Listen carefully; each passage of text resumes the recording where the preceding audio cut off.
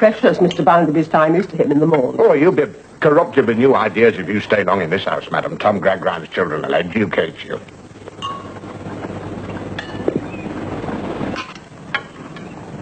What's the matter with you? What's given you offence? If I'd been given offence, do you think I wouldn't have said so?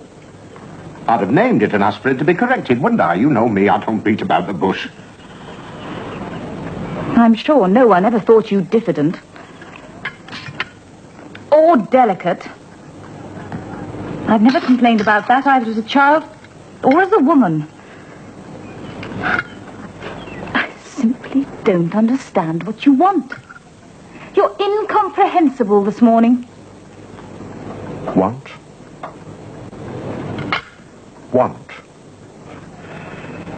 What do I want? Pray take no further trouble to explain yourself.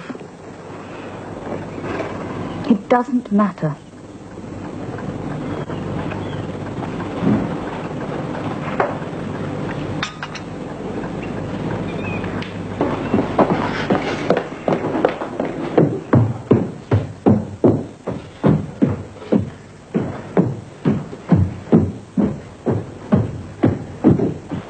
We live in a singular world, sir. A singular world, I would say. I recall when I had the honor of receiving you at the bank, you went so far as to say you were actually apprehensive of Miss Gradgrind. Your memory does me more honor than my insignificance deserves, ma'am.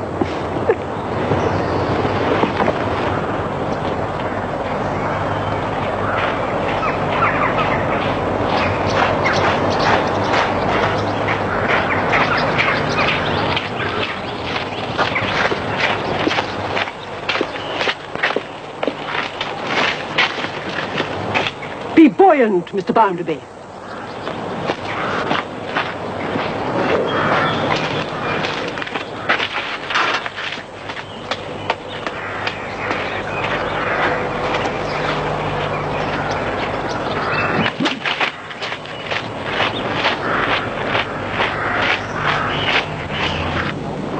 It's a bold stroke, but I don't mind spending in the cause of justice.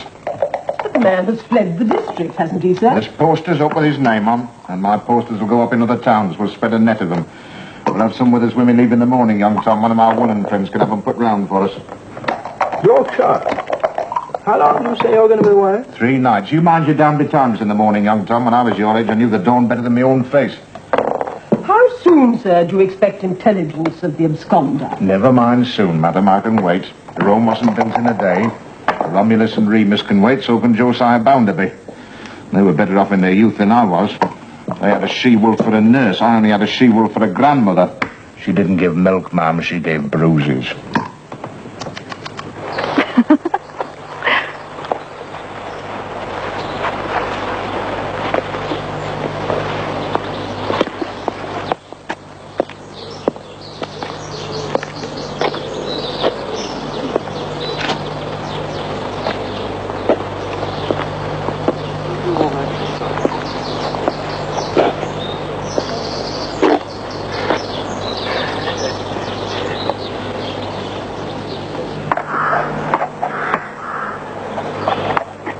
You'll take the night train.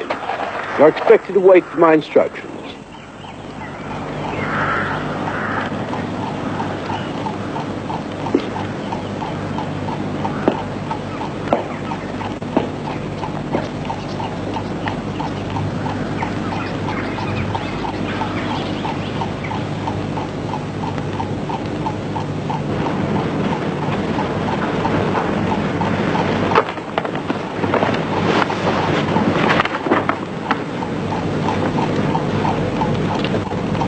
Very unusual for Mr. Harthouse to retire so early after dinner, wouldn't you say?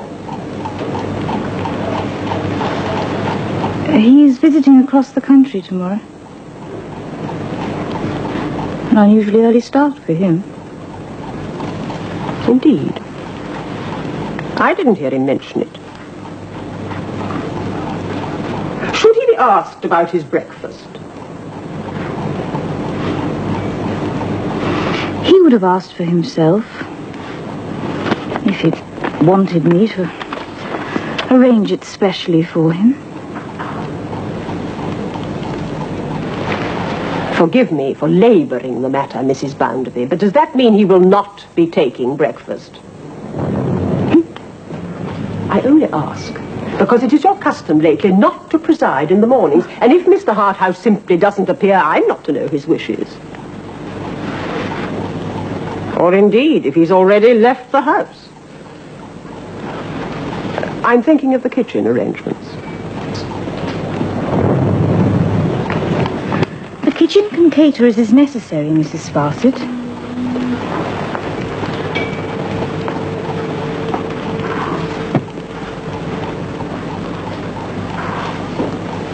Mr. Harthouse is quite free to eat, or not eat, early or late, as he wishes.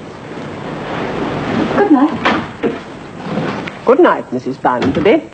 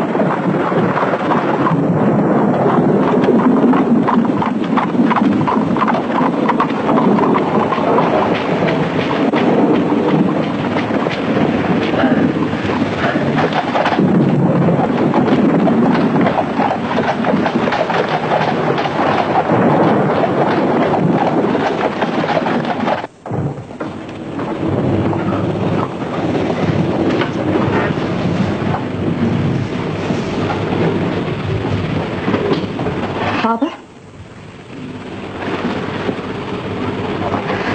Father?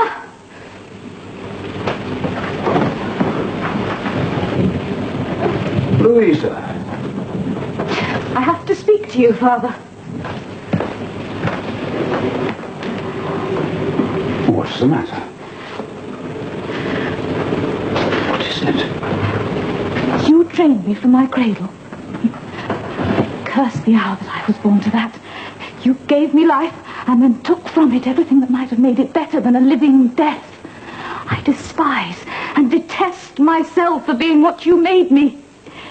You killed every impulse that might have made me happy.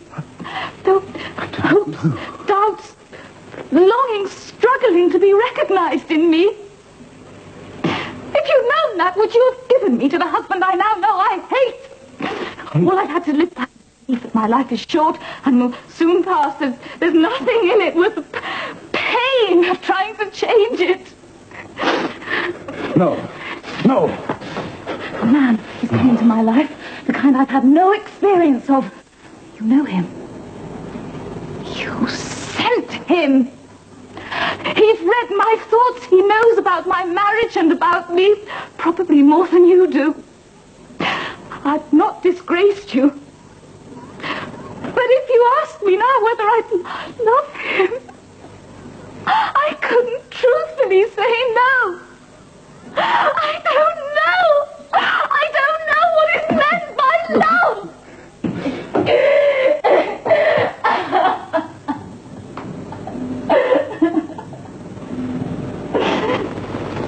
Who's here?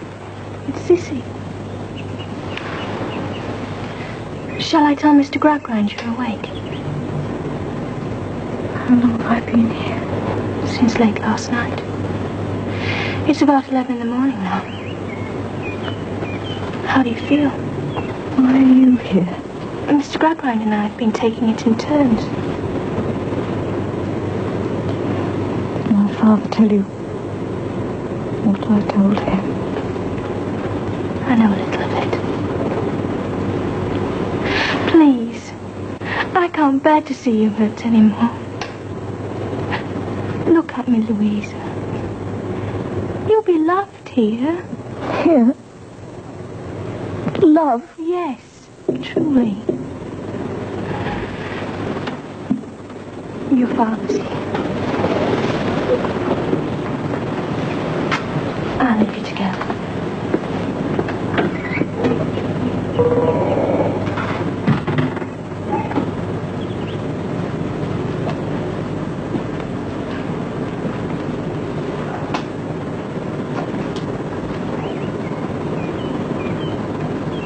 Louisa.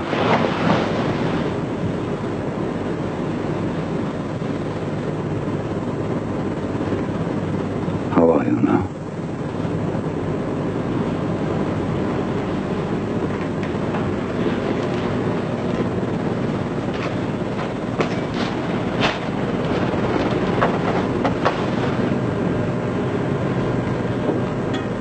Won't you look at me?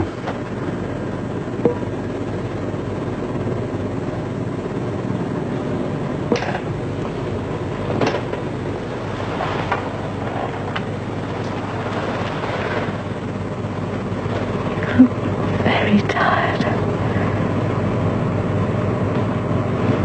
I've hurt you, haven't I? I'm sorry for that.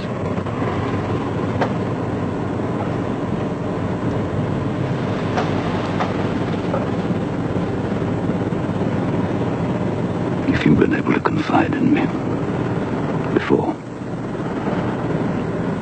it would have been better for both of us. I know it wasn't in my nature.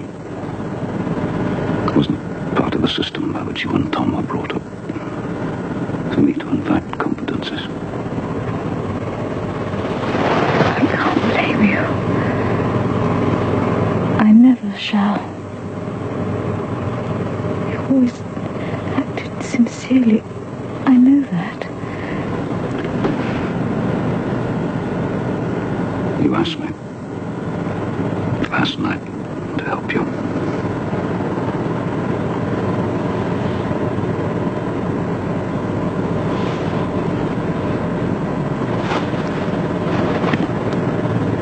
I shall try.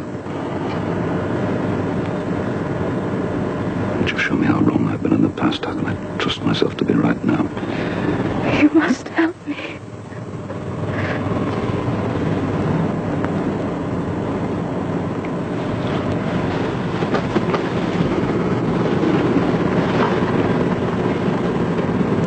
Some people hold. There's a wisdom of the head and another of the heart. I've never felt that. I thought the head was all sufficient. But I mistrust all my old beliefs now.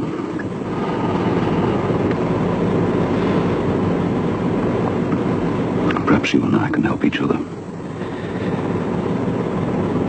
The little changes here and there in this house. Sissy started making them the last months before your mother died. I spent much more time here since then. I felt lately that perhaps I'm changing as well. Lightening, softening, something distant. Like something forgotten being remembered, but pleasing.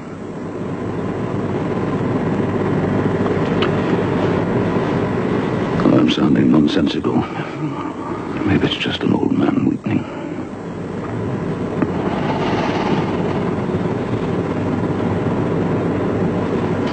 But I feel bound to ask because of what I've seen happen to this house. Coming from the love and gratitude that grew between Sissy and your mother. Perhaps what that leaves undone, the heart can do silently. Do you think that can be so? I'm not too proud to believe it, Louisa. There's no pride left in me.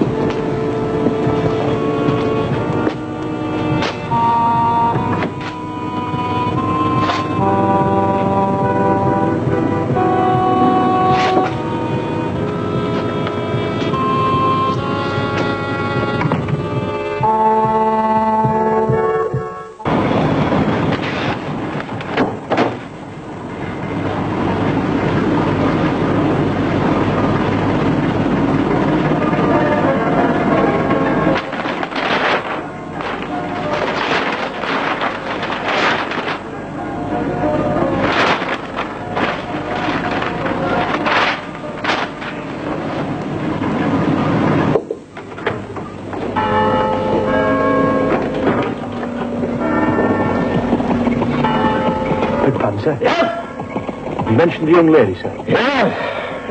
Was she here? So there's a young lady outside asking for you, sir. Outside? Where? Outside that door, sir. Well, show her in. Yes, sir. Don't eat that mess, man. Show her in. Yes, sir. Straight away, sir.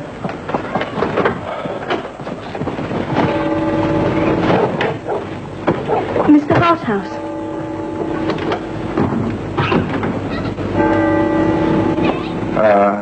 Yeah? Who are you? Well, I'm Sissy Duke. I just left someone. If you need a lady, I'll follow you. She sent you to fetch me? No, no one has. But you know about me. And you've heard it from her. I am, sir. I'm alone. In coming to see you, I have no advice or encouragement beyond my own hope. Well, where is she? At her father's house. And what is her message? It's mine, Mr. Harthouse, not hers. Though I know I'm telling the truth. You will never see her again as long as you live. Well, that's strong.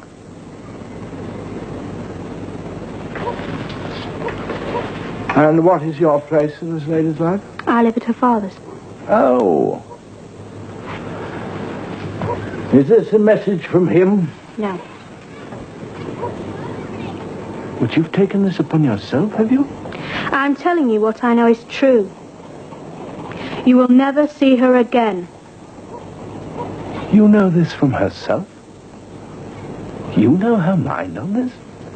I know something of her character. And of her marriage. Oh? And what about my character? You think I'm a man who takes orders? You will never see her again. How do you know this? I've been with her most of the night. Nearly all day until an hour ago. You've the same chance of seeing her again as you would if she had died last night. I have two more things to say to you. The first is that I am sure your honour as a gentleman will keep you from ever mentioning that I was here today. And that we had this conversation.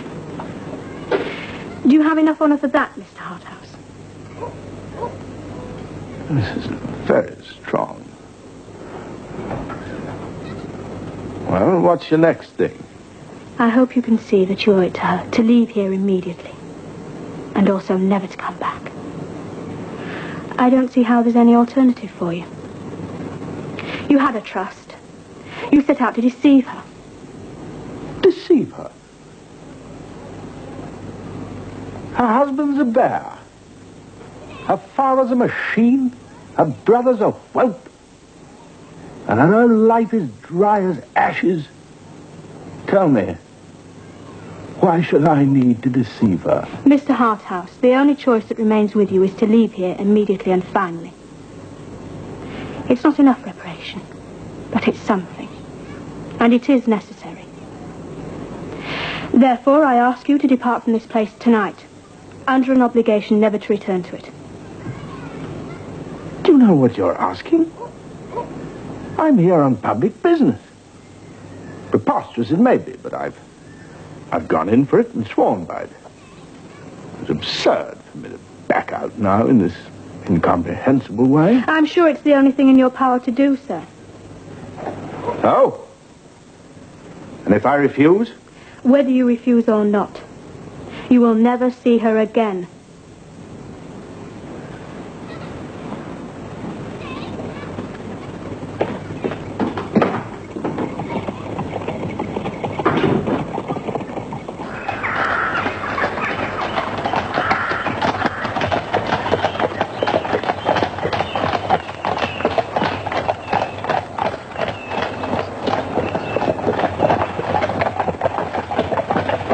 Is your English gentleman. That's your politician. That's your polite company. That's your James Harthouse, Esquire. That's your high birth and your costly schooling and your wealth without work. I feel you may endanger your health. My health, madam, is my own for Josiah Bounderby to treat as he thinks fit. I'm tricked and plundered by high and low, and then I'm told that I endanger my health. A hand steals my money, a gentleman so-called runs off with my wife. How do you make out, madam, that I am ruining my health?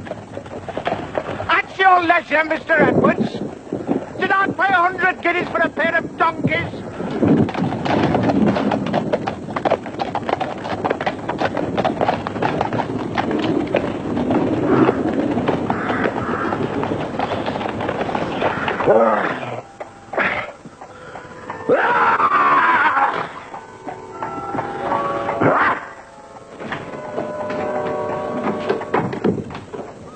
Good morning, sir. Send my fellow up. He's gone out, sir. He's gone to your committee. I'll go and get him. And bring my shaving water.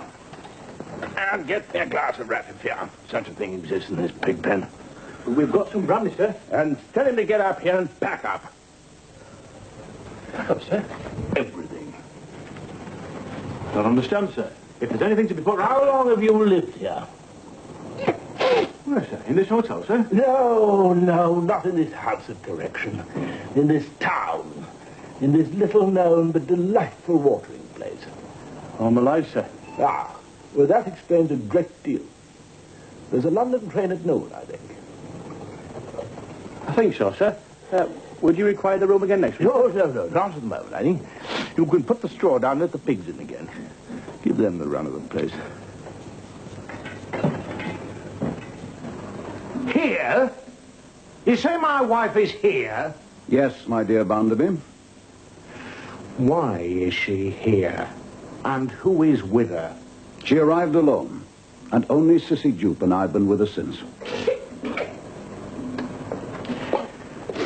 Madam, I hope the information you gave me does not turn out to carry no substance beyond that of cock and bull. Sir, I don't. If you can't get it out, madam, just leave me to get it out. This is no time for a lady, however well connected, to be fully inaudible and seemingly swallowing marbles. Mrs. Sparsit recently overheard by accident a conversation between my wife and your precious gentleman friend, James Harthouse. Now, that conversation brings me here with some questions. I know all that passed between them. I can understand how this lady would come to a certain conclusion. It is not the correct one, Bounderby. I suggest, madam, that you return to the coach, gather your thoughts, and collect your wits and remain there until I join you. My hand, madam. We will discuss this later, madam! Gradgrind, can we talk somewhere else but in your hall?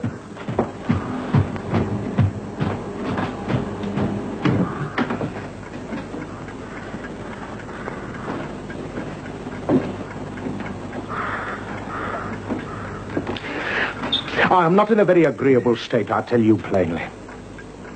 I do not consider myself to have been dutifully and submissively treated by your daughter as Josiah Bounderby of Courtdown has a right to be treated by his wife. My dear Now, Bounderby... excuse me, but I don't want to be too dear. Not dear. When I begin to be dear to a man, I generally find his intention is to put something over on me. I am not speaking to you politely.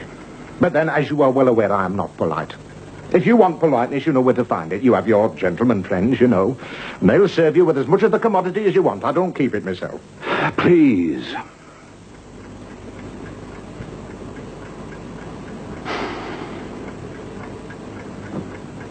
Bounderby, I see reason to doubt that we've ever quite understood Louisa.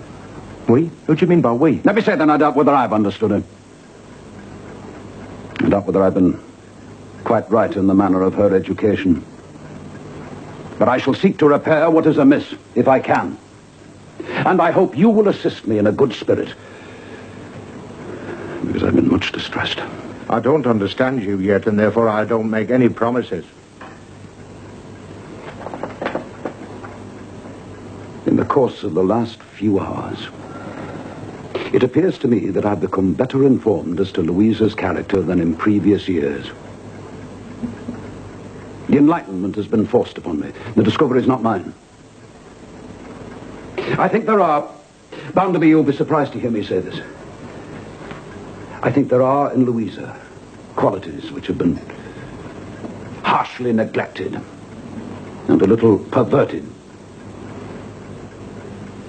I would suggest to you that if you would kindly meet me in this endeavor, it would be the better for the happiness of us all if Louisa were left to herself for a while. I would like a given time to allow that better nature to develop itself, encouraged by tenderness and consideration. Louisa's always been my favorite child. You want to keep her here? I'd like her to stay for a while and be looked after by Sissy. I mean, of course, Cecilia Jupe.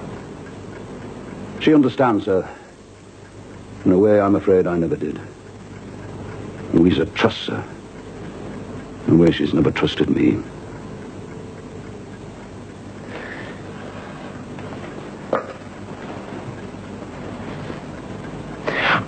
I gather from all this, Tom Gradgrind, that you are of the opinion that there exists what some people would call an incompatibility between my wife and myself. Bounderby, I fear there is at present a general incompatibility between Louisa and all she's been allowed to know of life. Look here, Gradgrind.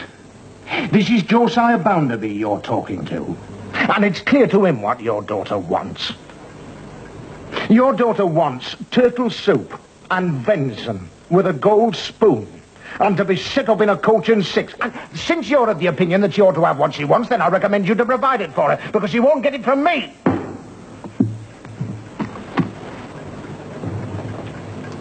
I'd hoped you might understand what I was saying. What you've said in this room can be summed up in one sentence.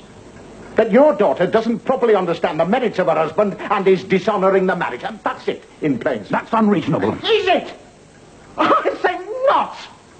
Not when I consider the behaviour of your daughter towards me since the wedding.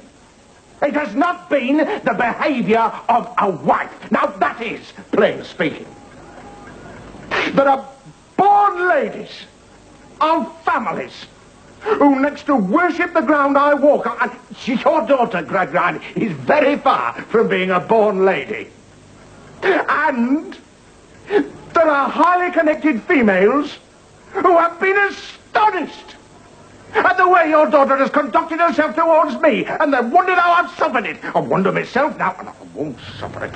I do feel the less we say today, the better. Do you? Well, I don't. I'll settle this business in my own way. I'm pretty well known to be a rather uncommon man, I believe, and most people understand fast enough it must be a woman rather out of the common to come up to my mark. I've no wish to quarrel with you, Tom Gradgrind, but what I say is this. 12 noon tomorrow. 12 noon exactly. 12 noon, and if there's no longer a Louisa Bounderby back in my house by then, there's no longer is a Louisa Bounderby. As far as I'm concerned, she can be Lou Gradgrind till her dying day. Certainly till mine. Mark 12 noon, madam. You can give the orders about her clothes and effects. And all her belongings to be brought back here, and her father can take care of her for the future, and have charge of her bringing up. And if there's to be no more Lou Bounderby, then you can leave the bank, madam, and resume the management of my house in town, if that suits you. You can have the keys again. I don't see why a female should be permitted to badger and bother a man in my position. Hey, Mrs. Sparsit. Protect the poor, for they want support, that they may have some leisure, some intellectual development in order to advance in virtue. Protect the poor, for the greatest danger to law, public peace, and stability is the belief of the poor that they are oppressed and their hatred of government. Protect the poor if you wish industry to flourish, for the poor are the most important consumers. Protect the poor if your revenue requires to be increased, for after you have carefully guarded...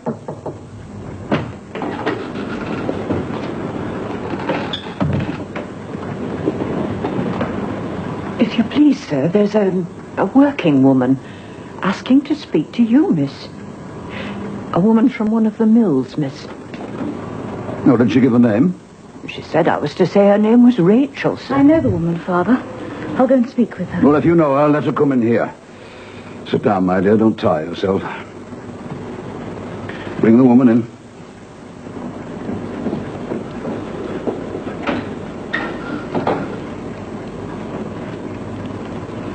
Good evening, Rachel.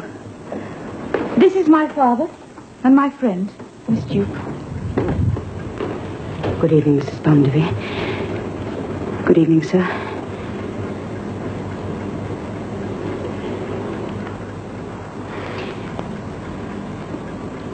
Mrs. Bounderby, you've seen me once before. Yes, Rachel. You came with your brother to the house where Stephen lodged. You offered him money, and he took £2 only to pay back whenever he could. This is all true. Young lady, did that seem to you the behavior of a thief? Stephen has been named as a thief in print all over this town and beyond. There was a meeting at the Union tonight, and he was spoken about in the same way. I am very sorry. I hope you may be. I don't know. I can't say what you might have done. You don't know us. You don't care about us. You don't belong with us. I don't know why you came that night. I don't know if you came with some aim of your own, not minding what trouble you brought on my Stephen. I said then, bless you for coming. And I said it from my heart because you seemed to take pitifully to him. Sit down here. You're tired and worried. You're saying such strange things. When I mind how grateful a poor lad was to you, how good he thought you were to him. My dear, what does this woman think you've done? Rachel, I pity Stephen from my heart. What do you want of me? Some help for Stephen, someone to speak for him. There have been lies told about him, and I want the truth said. I expected him to come back to clear himself because I wrote and told him to come back, and I don't know why he isn't here yet. But when, at last, I spoke to Mr. Bounderby, he and your brother said it made no difference. Stephen was still suspected. Why did he go away? Well, what else was there for him? The masters against him on one side, the men shunning him on the other, and he only wanting to work hard and honest in peace and do what he thought right. Can a man have no spirit of his own, no mind of his own, that he must be wrong every way he turns while he's hunted like a hare? Well, he must come back. Face these things. He will. But things must come out. Things that have happened.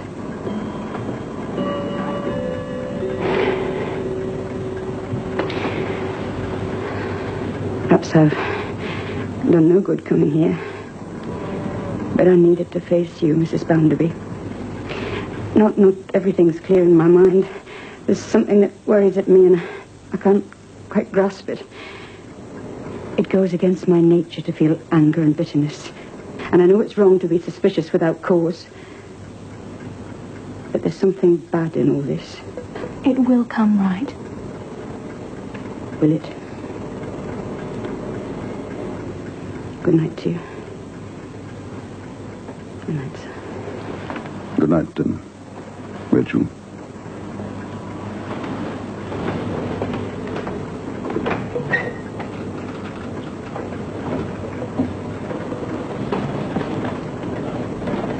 Louisa, what does she want of us? I've never seen this man. Do you believe him implicated in the robbery? Other people assumed it. I didn't question it. Why did you go and see this man? Whose idea was it? Mine. Entirely mine. Tom was reluctant. But why did you go there? To help them, Mr. Crookline. I would like to say that was simply that and no more. I was inquisitive as well. I know so little of the work people. They appear brutish in the mass, but seen individually, they have more interest. They live so miserably, yet I found a surprising richness. Perhaps there was also shame in what I did and spite in what I intended. Mr. Bounderby, my husband's actions seemed offensive. Our conduct derives from more complexity than we imagined. Sometimes. You wanted to help them, Louisa.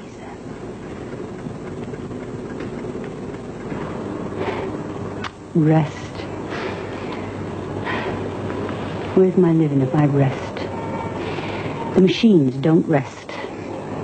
The machines don't care who's lost or found, who's grieving, who's blamed, who's tired, who's dead, even that. Oh, don't say that. You mustn't think. When bad things happen to you one after the other, you get used to facing what's bad, and then what's worse, and then what's worse still.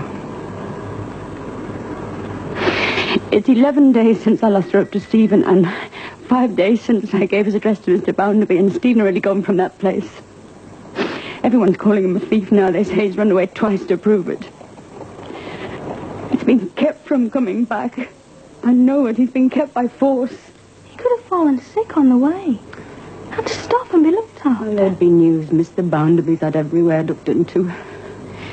You must think about yourself as well. You must eat. Hey, Stephen. When he comes back, he'll need you to be strong to stand by him.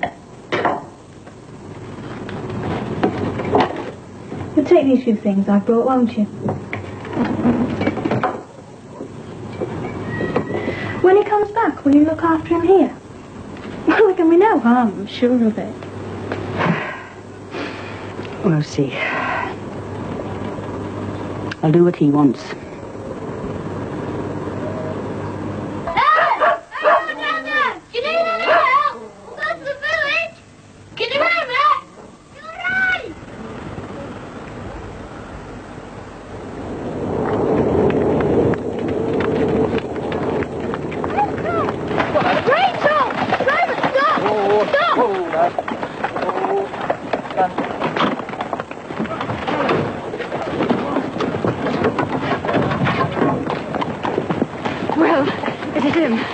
It's him, all right. I've called down to him, but he's a long way down. Looks bad. Please, God.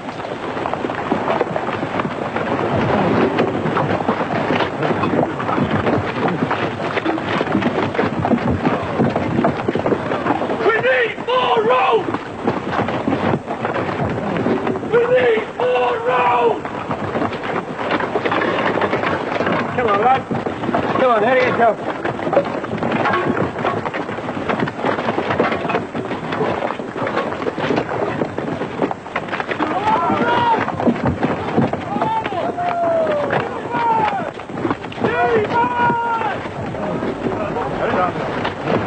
His air down there. He's still got air! Hello! Stephen! He's still got air!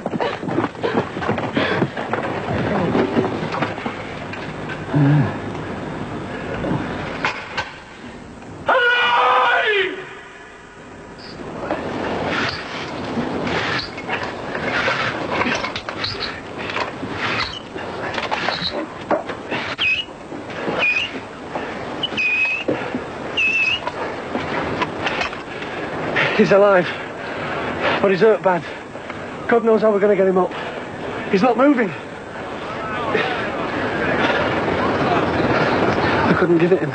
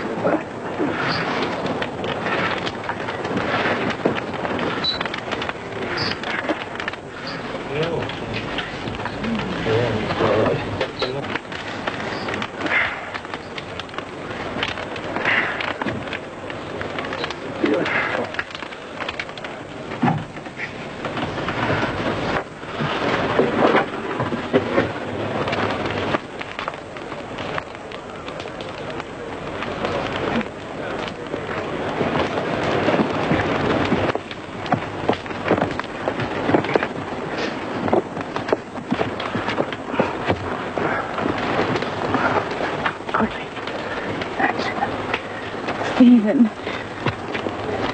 Stephen. You know me. Can you see me?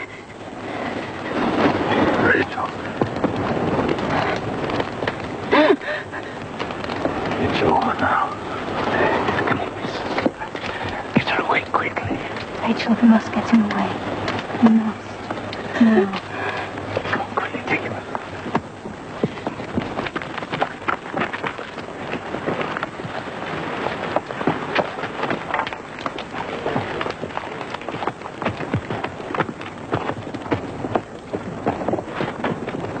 Rachel. Don't let go. I won't. All a muddle, lass. From first to last a muddle. Hush, lad.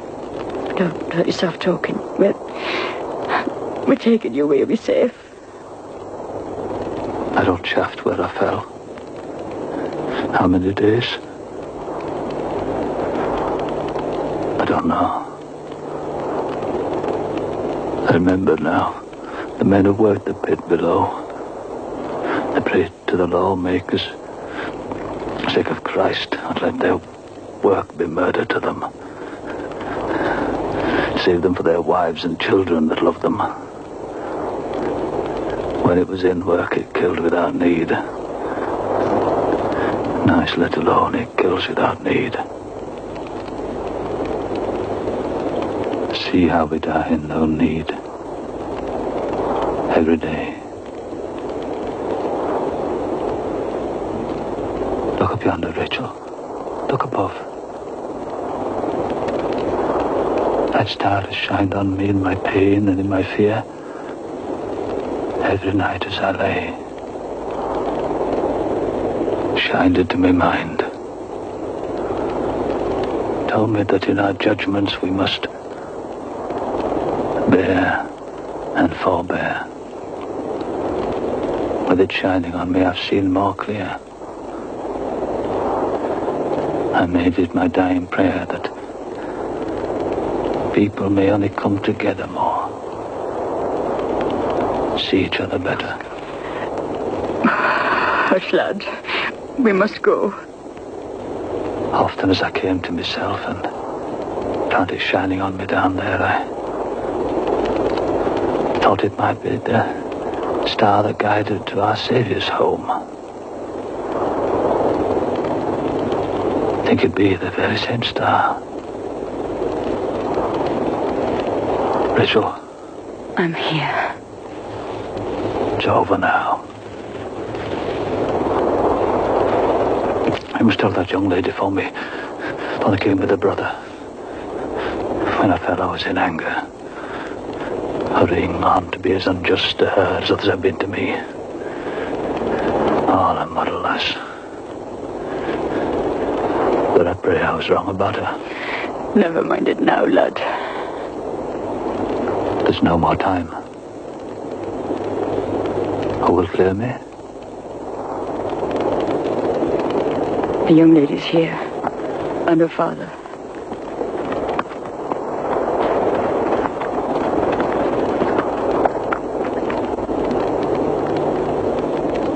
Will you make my name good again, sir? Make it good with all men? Tell me how. Your son will tell you. Ask him. I make no charges. I want to leave none against me. We spoke together one night. Ask him. Then clear me. I can trust you. Yes. Yes. Rachel. Yes.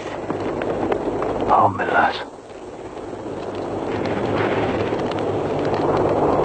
Bless you. Down I go. We'll walk together tonight, dear lass.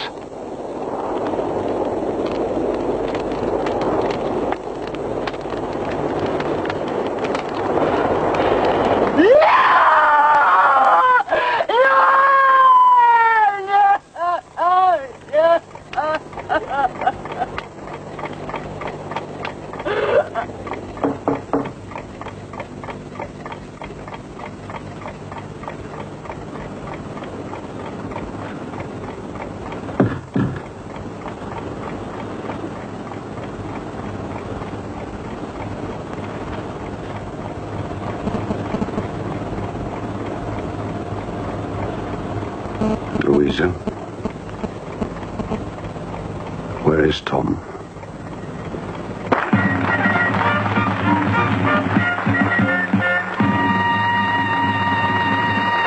Ladies and gentlemen, we now offer for your entertainment, playing to Paris and the Prussian court, the tragical comical performance of Jack the Giant Killer!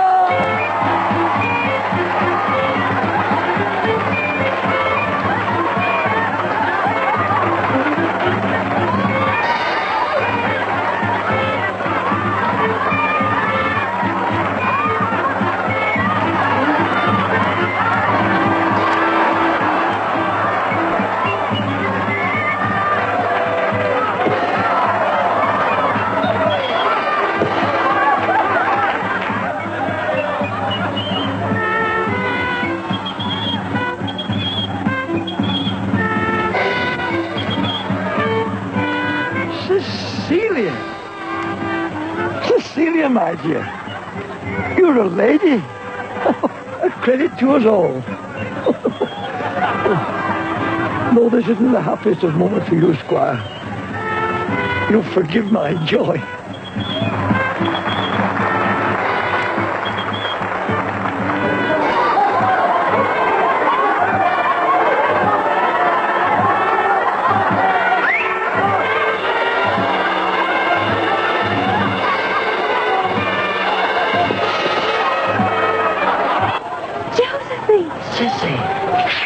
Come now, Cecilia. There's time enough for that. Lots of catching up to be done. Come with me, Squire. Come to the office. This isn't the place for you.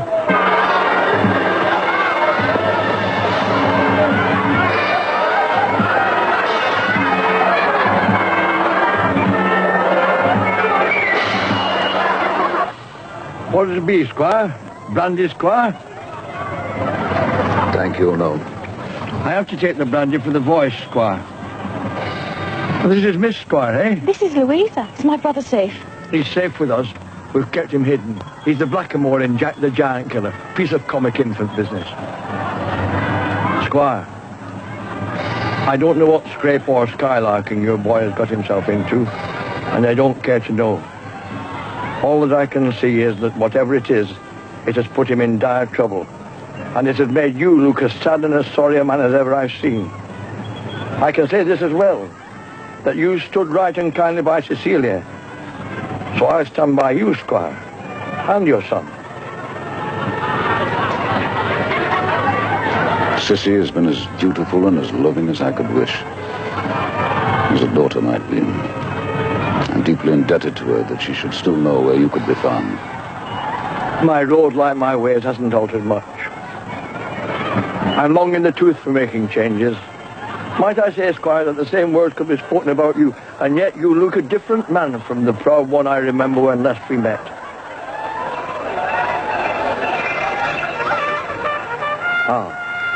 Time for the horse's quadrille. That's the end, Squire.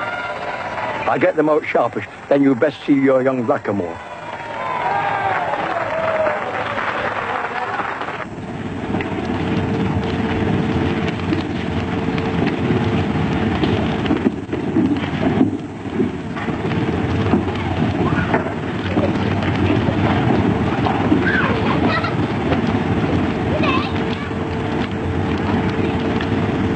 Father, I'm here.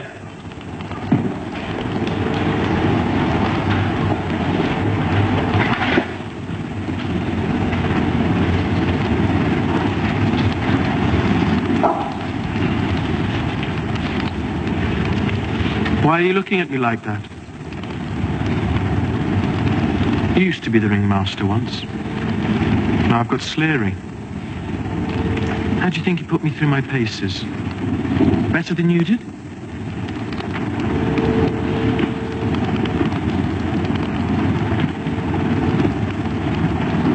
How was it done? You mean my face? I mean the robbery at Bounderby's bank. I forced the safe myself overnight, and then left the door half open. I got a key specially made, and I dropped it near the front door when I went out. Took advantage of that man's situation. That man, Blackpool. To have him loitering about the bank at night to throw suspicion on him. I told him there might be a message for him, perhaps about possible employment. That was the implication. No remorse. If X number of people are employed in positions of trust, then Y numbers out of the X will be thieves. Isn't that a reasonable proposition? Haven't I heard you talk 1,000 times a week about the laws of probability? There's one. The man is dead. Tricked. Now dead. If he'd stayed away in his new work, which would have been the logical course, instead of responding to impulse. You always despised impulse. Thomas, what did you expect from me? Who taught me? Facts, Father. Who instructed me to stick to reason and never stoop to sentiments and affections? I needed money. Money was available. So were the means. Facts, Father. Thomas, please. Go and tell the people the facts of this. I will. I made a promise.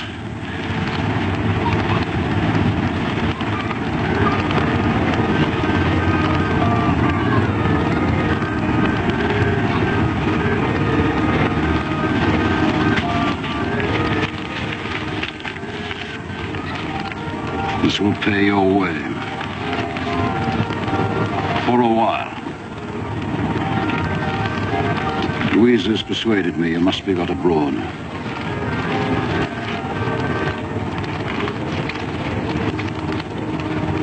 Write to me. Let me know your progress. Louisa wants to see. No. She loves you, Tom. No, I won't see her. I don't want to see her ever. Are you going now?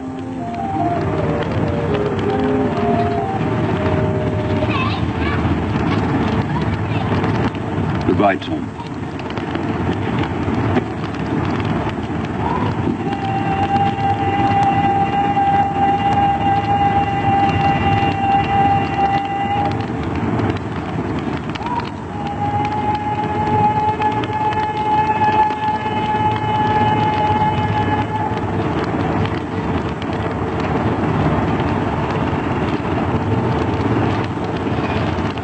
Leaving directly. He refuses to see me, doesn't he? Hasn't the time, my dear. It's about childhood feelings. He's confused, frightened. To have been able I just wanted to face me one last time. I suppose we have to accept the fact that we may never speak to him again. Did he confirm what we suspected? Yes. I have to blame him less because of the blame I have to put on myself. I failed you both. Now I've lost my son. Father. You still have 2 daughters. Our lives will be different. Will be different.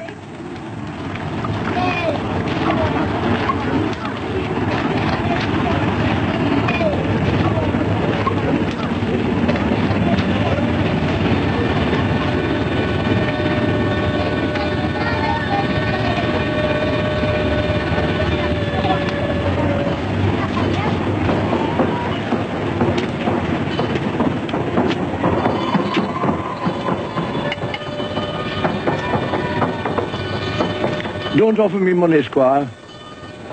I don't want money for myself.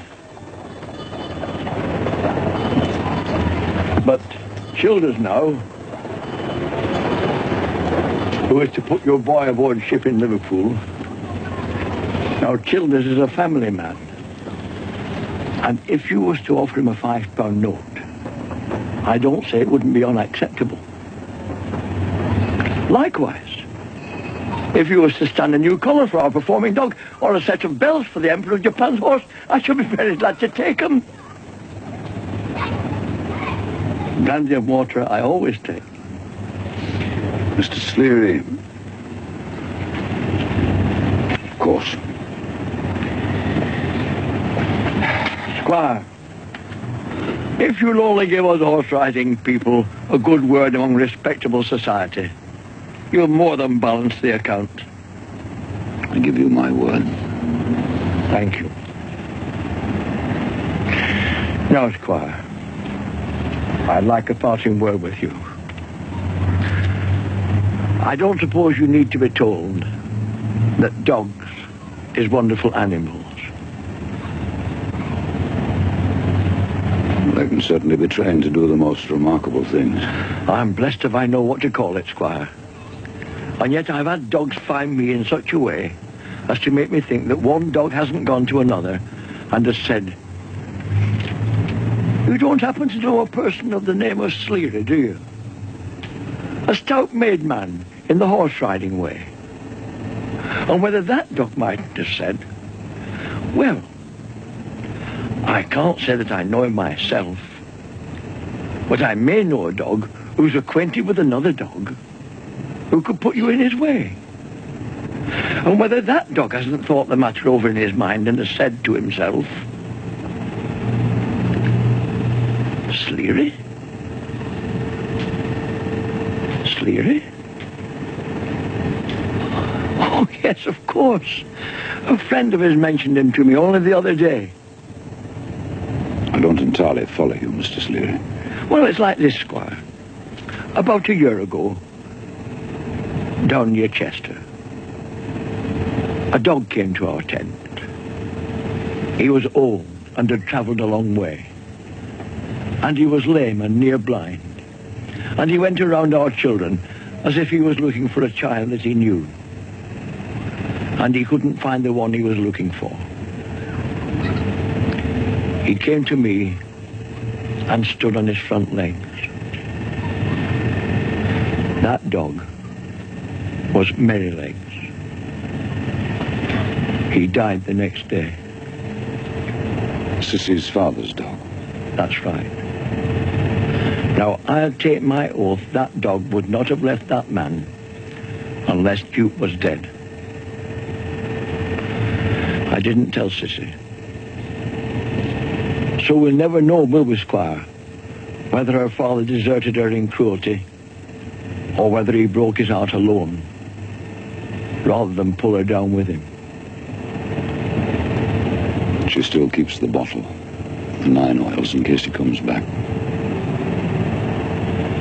Seems to tell us, doesn't it, that there is still love in the world and not just self-interest after all. Seems to tell us, too, that love has a way of calculating on its own, doesn't it? That's what I want to say to you, Squire.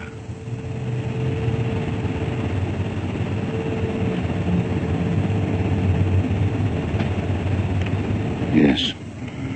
In the future, Mr. Sleary, if you ever want my help.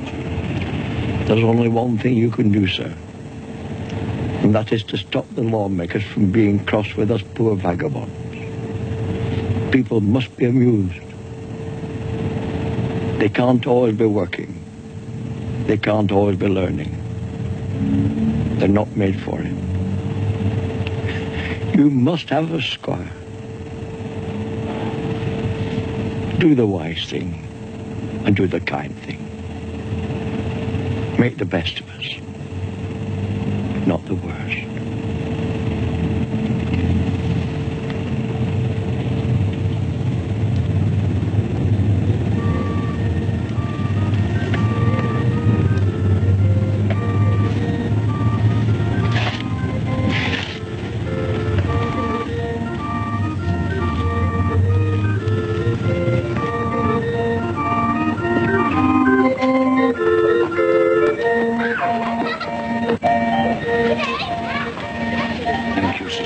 You'll be safe. They'll get him away.